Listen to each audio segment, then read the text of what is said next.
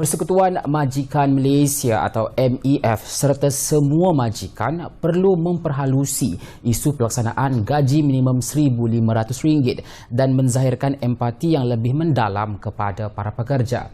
Presiden UMNO Datuk Seri Dr. Ahmad Zahid Hamidi berkata, beliau sedar perkara itu akan memberi kesukaran kepada majikan yang masih dalam fasa memulihkan perniagaan kesan pandemik COVID-19.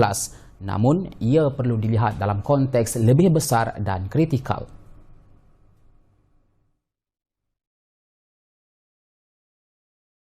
Sabtu lalu, Menteri Sumber Manusia Datuk Seri M. Saravanan berkata pihaknya positif kadar baharu gaji minimum sekitar RM1,500 boleh direalisasikan selepas mendapat persetujuan jemaah menteri sebelum hujung tahun ini.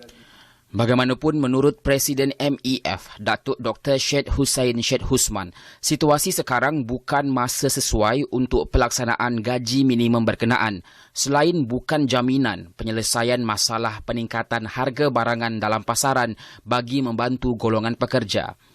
Syed Hussein juga mendakwa majoriti majikan di Malaysia tidak bersedia dan tidak dapat melaksanakan cadangan gaji minimum baharu itu kerana belum mencapai kestabilan susulan kejutan ekonomi akibat COVID-19 serta kesan buruk banjir besar baru-baru ini.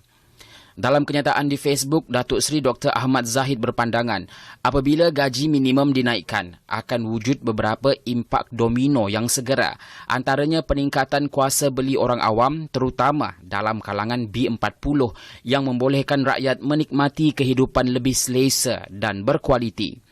Selain itu, perbelanjaan dalam ekonomi negara akan bertambah sekaligus meningkatkan kecairan dalam pasaran dan membantu peniaga dalam negara.